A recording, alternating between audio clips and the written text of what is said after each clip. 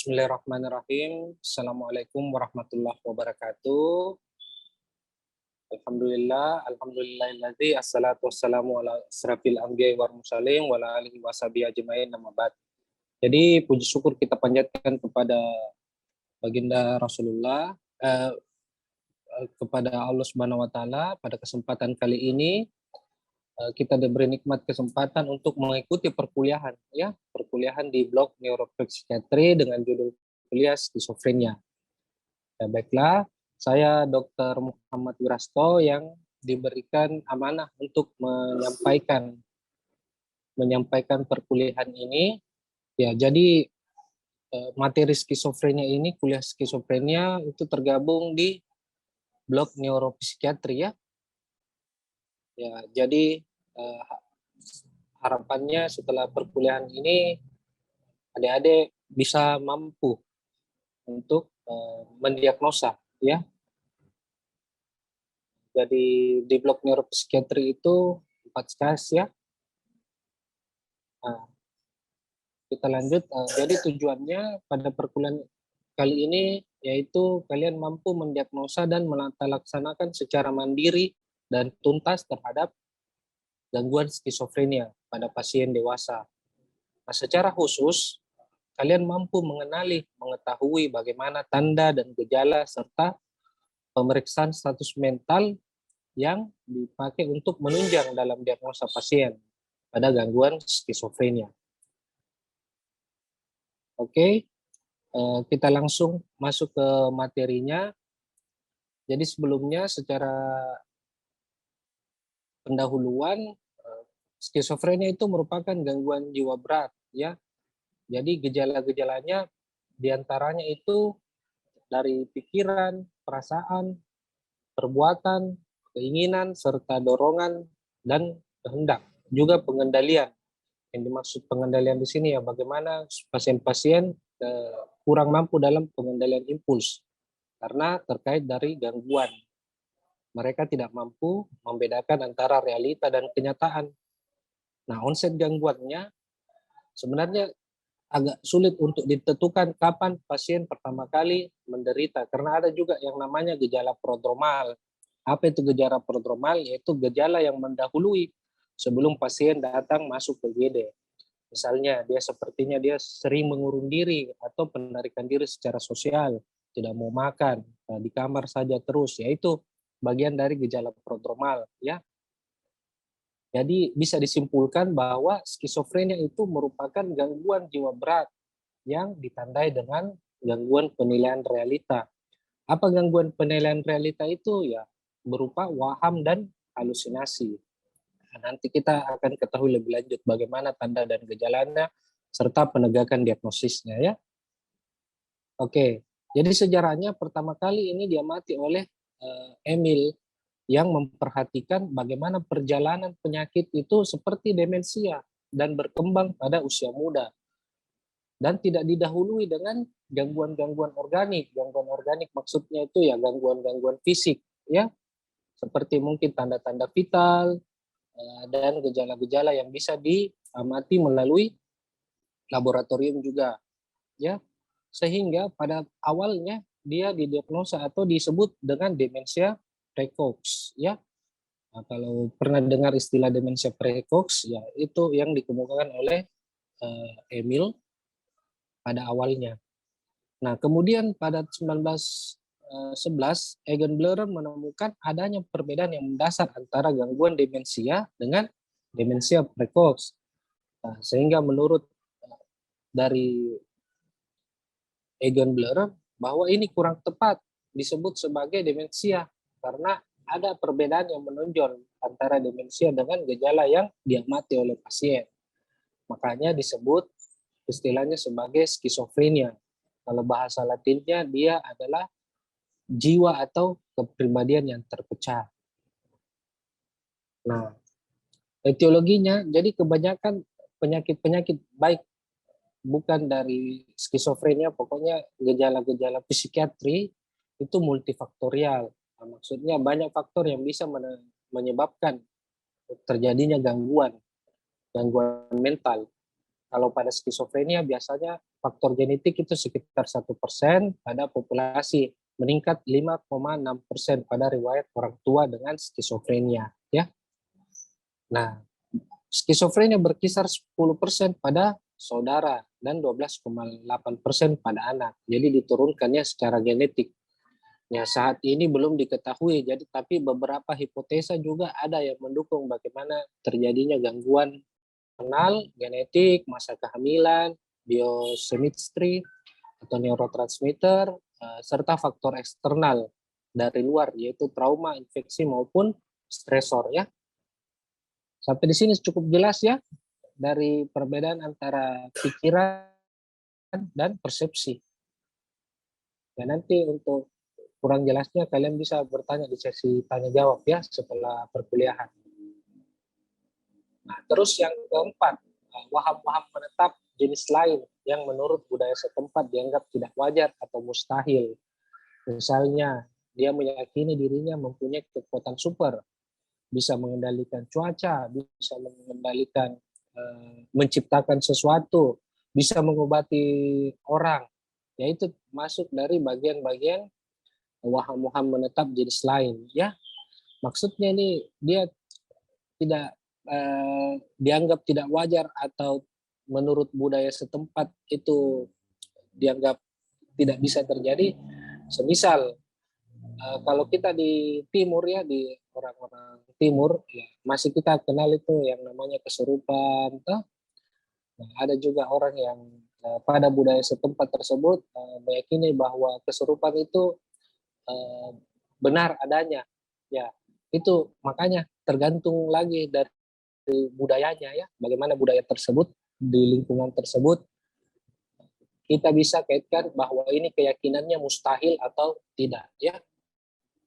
Oke, itu ketika dari 4 gejala tersebut, dari pikiran bergema, waham dikendalikan, halusinasi dan waham menetap jenis lainnya, jika ada salah satu gejala dari pasien dan itu menonjol, ya kita sudah bisa diagnosa dengan skizofrenia.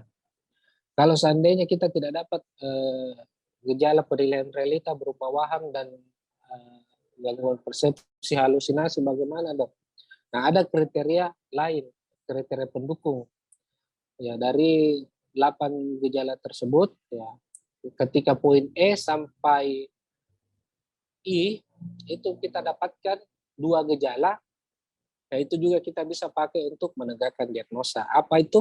Yang pertama, halusinasi menetap jenis lain. Ya, jadi selain dari halusinasi panca indera pendengaran, ya, ada kita juga bisa kenal halusinasi taktil atau perabaan, halusinasi visual, dan halusinasi lain dari panca indera lain. Ya, nah, itu juga merupakan salah satu gejalanya.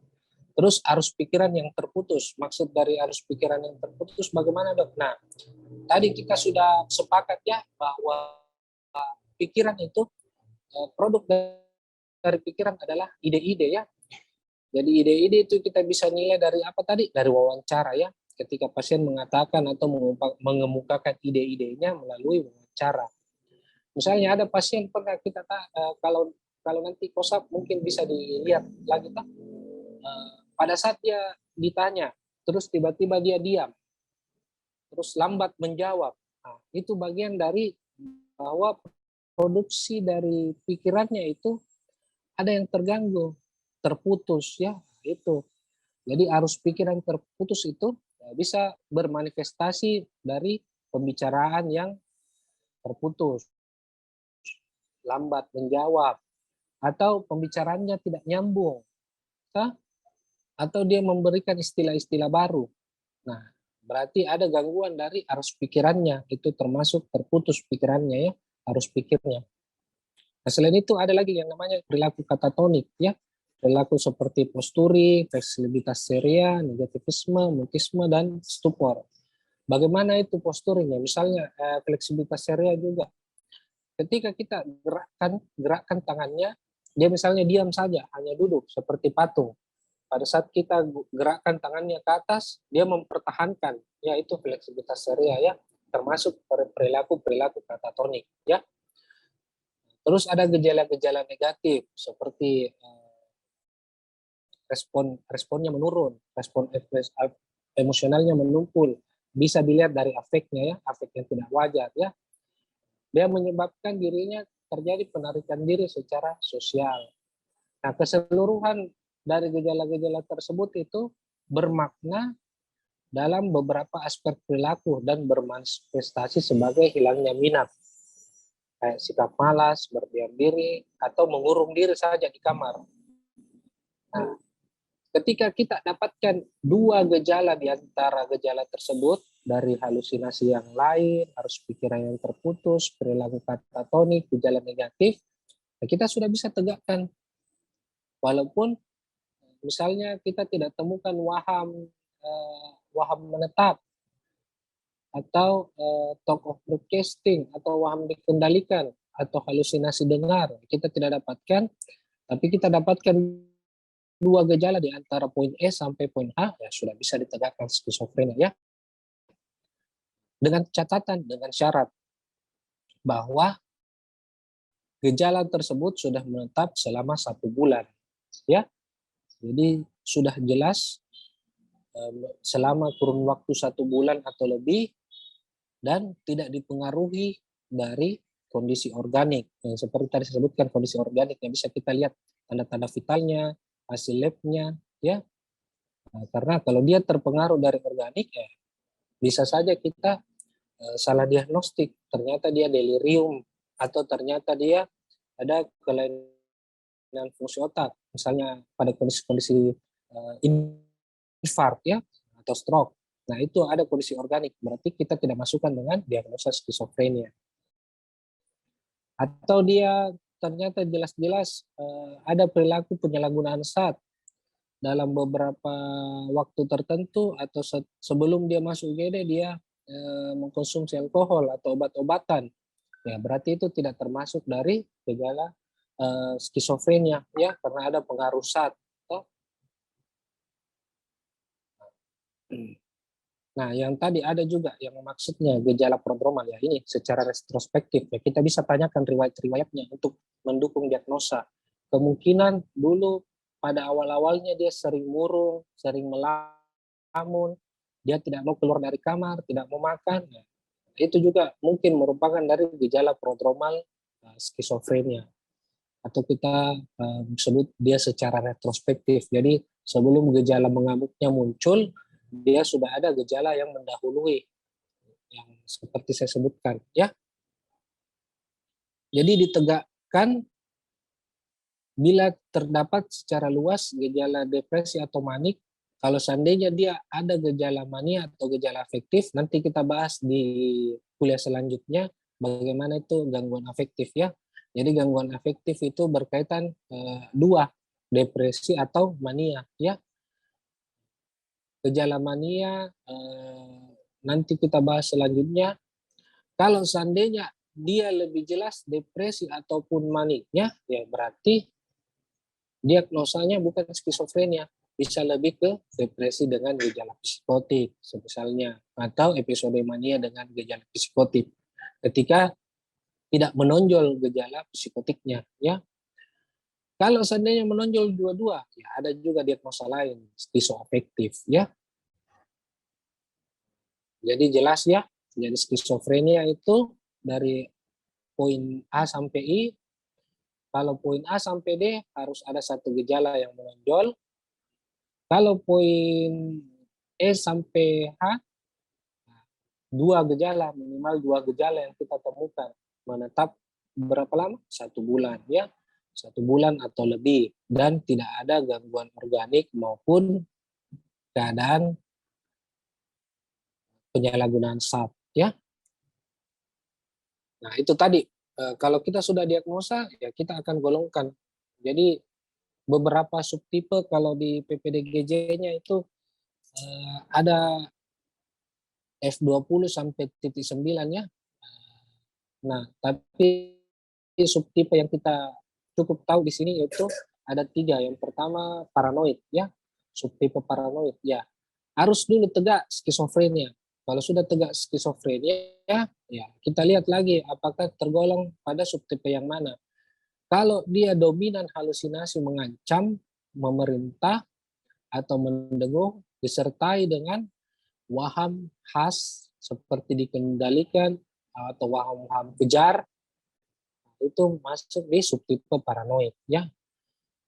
Atau biasa juga kalau paling gampang dibedakan dia pasien paranoid dan yang lainnya, itu biasanya arus pikirnya relevan kalau dia paranoid. Maksudnya relevan itu seperti biasa kita kita bisa ajak bicara, setiap kita tanya responnya sama dengan pertanyaan kita. Misalnya kita tanya bagaimana, sudah makan, sudah apa dimakan, tadi pagi makanya. Jadi dia seperti normal. Tapi gangguannya itu dia tidak bisa bedakan realita, ya. Dia ceritakan bahwa ada yang ingin membahayakannya. Setiap dia mau makan ada yang taruh racun di makanannya. Ya. Terus bagaimana kita yakini ada buktinya? Itu kita biasa konfirmasi seperti itu pada pasiennya. Saya yakin dok, tapi tidak ada buktinya. Nah, berarti sudah ada masuk poin wahamnya, ya, keyakinan yang menetap dan diyakini kebenarannya yang tidak sesuai dengan budaya setempat atau dianggap tidak wajar. Dia yakin betul walaupun tanpa ada bukti, ya, berarti dia sudah masuk satu gejala ya, satu gejala utama. Kalau seandainya bagaimana bedakan tadi yang saya maksud dengan ide. Ya, jadi kalau kita konfirmasi seperti itu, bagaimana buktinya Pak? Apa kita lihat itu ketika kita diberikan racun? Ya, iya dok ya, sepertinya tidak ada buktinya. Dia goyah, jadi keyakinannya tidak menetap. Berarti kita tidak boleh sebut bahwa itu adalah waham. Berarti itu hanya berupa ide, ya, ide-ide curiga, ya. Nah, yang kedua, skizofrenia hyperfrenik. Biasanya dia seperti kekanak-kanakan, dia. Jadi dia suka main air. Pada saat kita tanya, dia seperti anak-anak cara menjawabnya. Konsepnya biasa 15 sampai 25 tahun, ya. Dan ciri khasnya dia cenderung pemalu dan sering menyendiri. Untuk diagnosanya biasanya kita amati 2 sampai 3 bulan. Kenapa 2 sampai 3 bulan? Karena ada juga skizofrenia, misalnya pada kita temukan pasien-pasien dengan gaduh gelisah, terus kita diagnosa skizofrenia, tapi belum mengarah ke skizofrenia tertentu. Yaitu ya biasa kita sebut dengan skizofrenia belum berdiferensiasi atau undifferentiated skizofrenia. Jadi skizofrenianya baru dan dia baru mau menuju ke tipe-tipe yang khas, ya, biasanya pada skizofrenia awal itu.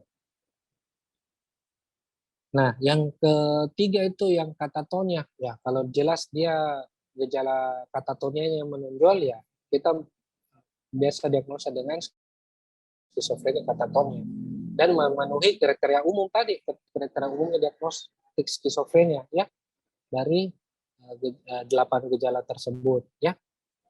Nah, setelah itu kita capai nih dosis yang tepat dan remisi selama perawatan ini sudah menurun nih gejalanya, halusinasinya berkurang, wahamnya berkurang, berarti kita sudah capai dosis yang tepat. Ya, kita masuk nih fase rumatannya, maintenance. Ya, biasanya diberikan sampai 5 tahun dan bahkan seumur hidup, ya. Tetap diberikan juga psikoedukasi, ya. Jadi prognosisnya sekitar 22% pasien yang mendapatkan terapi farmakologi dan psikoterapi yang adekuat itu dapat mengalami episode tunggal atau tanpa gejala. Nah, 35% biasanya ada gejala sisa.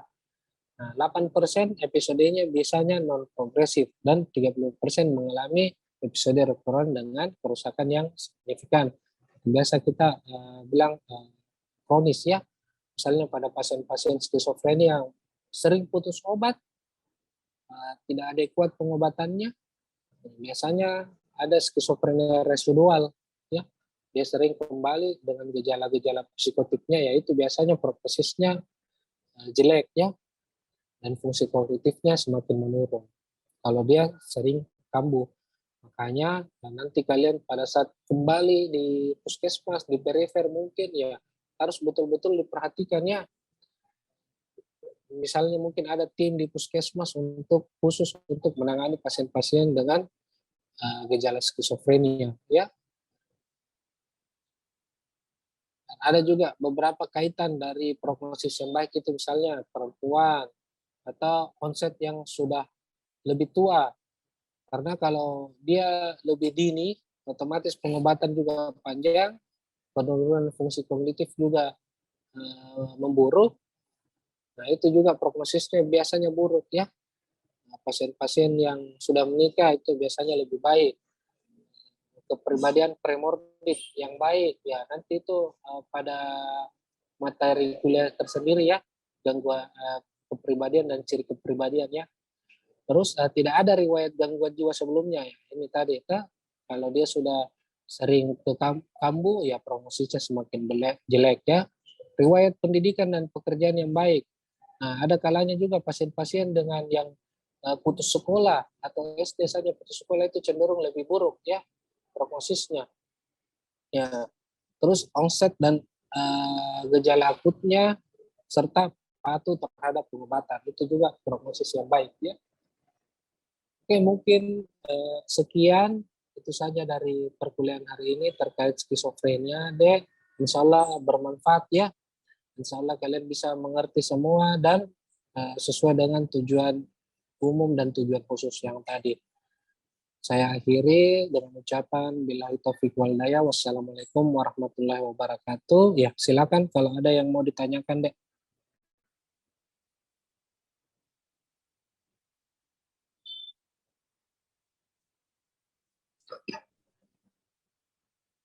Izin bertanya, Dok.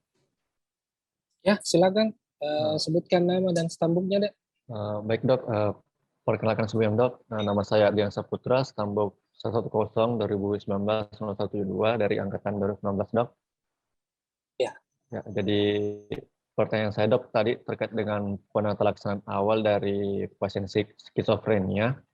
Tadi disebutkan bahwa kita berikan antipsikotik, Dok. Nah, Ya. pertanyaan, Dok, bagaimana jika di puskesmas, Dok, tidak ada antipsikotik, Dok? Apa yang bisa kita lakukan untuk pasien skizofrenia, Dok? Ya, ya, terima kasih Adrian. Pertanyaannya yang bagus ya.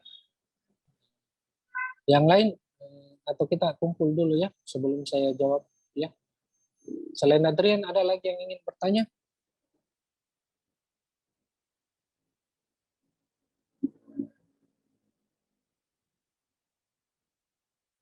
Tapi Dok, izin bertanya, ya. Dok.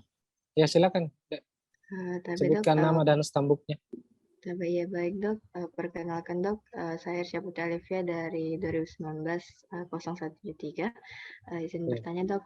Bagaimana melihat respon terapi dan evaluasi terapi pada pasien skizo, Dok? Tapi, Dok. Oke. Ya, baik. Ya. Adrian sama Alivia tadi ya. Ya, Dok. Ya, bagus ya pertanyaannya. Jadi terkait dengan terapi, sama-sama terapi. Oke, saya jawab dulu yang pertama ya untuk Adrian. Jadi bagaimana, Dok, kalau seandainya kita di puskesmas tidak ada antipsikotik, apa yang kita lakukan kalau kita dapat pasien dengan gejala gaduh gelisah? Ya, jadi walaupun bukan skizofrenia ya, pokoknya gejala psikotik yang ditandai dengan penilaian realita, daya berupa waham dan halusinasi yang biasanya menyebabkan pasien masuk dengan gaduh gelisah, mengamuk. Nah, terus kalau kita dapatkan di puskesmas gejala seperti itu, ya, yang pertama yang kita lakukan, setelah anamnesis, setelah pemeriksaan status mental, ternyata sudah tegak bahwa ini gangguan mental, tidak ada penyalahgunaan zat dan tidak ada gejala organik. Ya, yang pertama kita lakukan itu fiksasi saja dulu ya. Fiksasi dulu, kalau ada diazepam ya injeksi diazepam ya. Setelah itu baru dirujuk ya. Karena ingat tadi prinsipnya apa? Kalau untuk fase akut tidak melukai diri sendiri dan orang lain ya. Nah, jadi itu yang dulu dicegah. Jadi difiksasi dulu dan diberikan injeksi diazepam. Setelah itu rujuk ya. Bagaimana Adrian? Cukup jelas? Baik dok, cukup jelas dok. Terima kasih dok Ya. atas jawabannya dok. Terus selanjutnya pertanyaan kedua. Nah, setelah kita rawat ini pasien dok di perawatan, bagaimana kita lihat apakah dia berespon atau tidak? Ya, jadi ini sekedar pengetahuan tambahan saja ya, karena kan kalau skizofrenia itu kompetensinya 3A ya. Jadi cukup kalian mampu tegakkan diagnosa, lalu lakukan penatalaksanaan awal seperti tadi yang saya bilang ya, Adrian ya. Setelah itu rujuk ya. Nah, jadi sekedar tambahan, kalau kita di psikiatri ya kita nilai ada namanya positive and negative scale syndrome ya, PANS-EC. Nah, kita lihat respon terapinya secara sederhana Pak ya. Kalau secara sederhana, apakah gejalanya tersebut berkurang ya, halusinasinya berkurang, mungkin dia pertama dia yakin bahwa ada yang membahayakan, terus minggu kedua, minggu ketiga sudah berkurang, sudah berupa ide saja, bisa kita bantah ya. Kan tadi kalau waham adalah keyakinan yang menetap, sekarang sudah bisa goyah. Kita bilang mana buktinya Pak? Oh iya dok, ya, sepertinya tidak ada yang membahayakan. Berarti respon terapi sudah memenuhi ya, sudah ada gejala yang berkurang. Nah, terus kalau untuk PANS-EC ya kita lihat nilainya. Jadi kalau di PANS-EC ada scoring PANS-EC namanya PANS ya. Kalau di perawatan PANS, kalau di UGD itu PANS-EC ya. Kita lihat apakah sudah menurun scoringnya ya. Berarti ada perbaikan terapi. Karena di dalam penilaian PANS itu ada poin-poin seperti gejala positif, gejala negatif, apakah sudah menurun poinnya, ya berarti sudah tercapai respon terapi. Ya, 3-4 minggu kita amati. Tapi kalau seandainya tidak berkurang, dok. Nah untuk sekedar tambahan juga saja. Nah, jadi ada namanya juga kondisi ketika pengobatan resisten ya. Ada juga namanya resisten terapi. Ya, biasanya pasien-pasien itu kita maksimalkan dulu sampai dosis maksimalnya. Misalnya kalau kita pakai risperidon selama 2-3 minggu tidak ada perbaikan, kita kasih dosis sampai maksimal. Nah, tidak ada perbaikannya, kita kombinasi terapi. Jadi ini sudah lebih expert ya pengetahuannya, sekedar tambahan saja. Kita kombinasi terapi antara golongan misalnya APG 1 dan APG 2 atau sama-sama golongan APG 2. Nah, kalau ada perbaikan, nah kita lihat dari PANS-EC-nya lagi, PANS-nya ya. Kalau skornya turun ya berarti sudah ada respon terapi. Nah, kalau seandainya tidak ada lagi perbaikan setelah kombinasi dan maksimal terapinya, ya biasanya kita berikan kalau di penelitian secara umum itu untuk pasien-pasien dengan kondisi resisten terapi kita berikan clozapine bahkan sampai 600 mg per hari ya. Itu untuk terapi resisten biasanya kita kasih clozapine.